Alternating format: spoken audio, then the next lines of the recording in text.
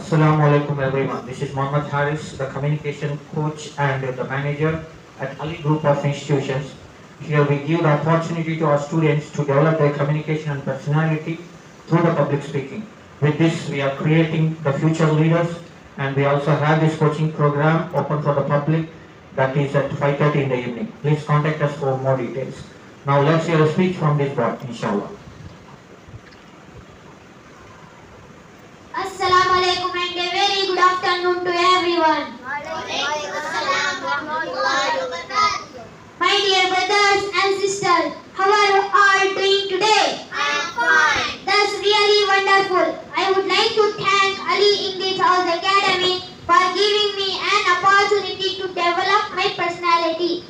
Today I am going to say a hadith. Prophet Muhammad sallallahu alaihi wasallam said, "Al-hayahu shobatun min al-iman," which means modesty is a part of iman. Thank you listening to me patiently. Jazakallahu khairan. Have a nice day.